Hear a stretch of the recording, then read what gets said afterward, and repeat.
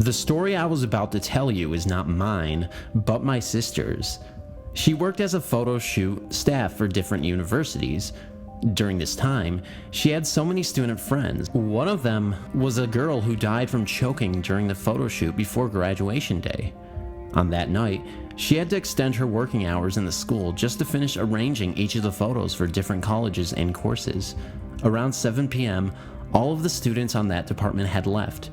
She was gone. While sitting on a big table with piles of pictures, her computer at the other corner of the room opened automatically and the graduation song played. She was horrified to think that she was alone in the room, and she never turned on the multimedia player.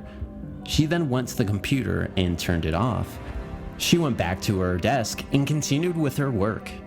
After a while, the computer again turned on itself and played the graduation song. This time, she ran out of the room and went to the guard station, reported the incident, and went home.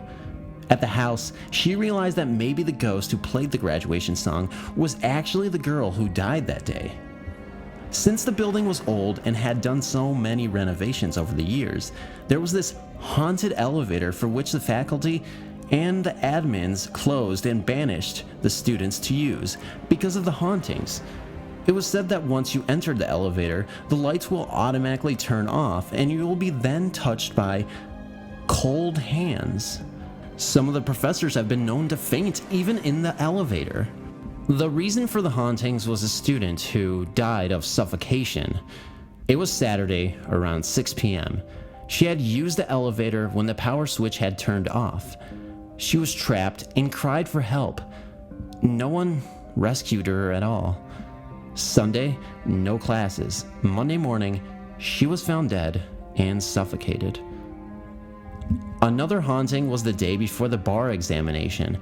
All the students were gone because at 9 p.m., the judges will roam the whole place for any possible leakages, meaning they can't be out at that point in time. The night guards were the ones to check the whole building. Unfortunately, a new night guard was assigned to check the farthest building. He opened the lab room and noticed a student at one corner, somewhat typing on the computer. The guard from the door said, "Sir, we need all the students to evacuate before all the judges come." The student continued on what he was doing. "Sir, please, rules are rules." No response. Worried that the student might get irritated and as a result the security guard would get fired, he called for his coworkers on the radio to get them to help him escort this creepy student out of this room. While waiting for the colleagues to come, hoping that he can convince him, he stepped into the room and closed the door. From a distance he said, "Sir, don't get me wrong here, but I will lose my job if the judges found out that you were still here. I need you to step out of the room and continue with your project tomorrow." Again, no reply. He tapped the student's shoulder.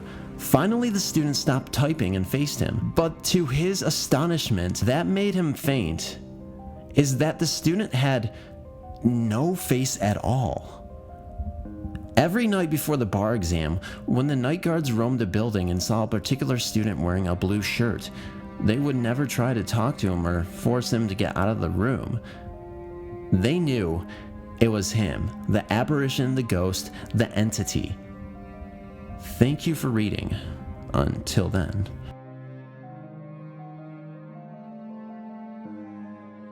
Room 314. When I was in college, I went to a university in the Philippines called Ateneo de Manila University. The university was run by Jesuit priests and was fairly new when you compare it to the Ivy League schools in the USA. The land where the university now stood was apparently either a prison camp or a war hospital during the Japanese occupation of the Philippines back in the World War II days. Now, the fact that may or may not have anything to do with this story, I only know what me and my roommates have experienced. It was summer and I was dorming in Servani Hall with 3 other girls, Michelle, Kat, and a girl who didn't really attend the university but was just there for summer classes and therefore I can't remember her name. For the sake of the story, I will call her Summer Girl. Michelle, Kat, and I knew each other pretty well after having lived in the same dorm for the past few terms. We usually lived in Aliso Hall. the girls' dorm, but during the summers, we had to make do with living in the third floor, the boys' dorm. This is how we ended up in room 314, actually. From the beginning, there were some strange occurrences in room 314. It wasn't really any big deal in the beginning. Doors simply closing by themselves, people getting freaked out because things were moved, and those kind of things. Freaky, but it gets worse from here on out. But there were two occurrences that really marked our summer experience that particular year. The first one involved Michelle. Her bed was by the door, and the wall of the door had wooden window jalousies. The jalousies at the bottom half would not close. One night, while Michelle was studying French, she suddenly bolted out of her study desk and ran outside. Kat and I looked at each other in surprise when she did this. Upon her return, we asked her what made her bolt like that.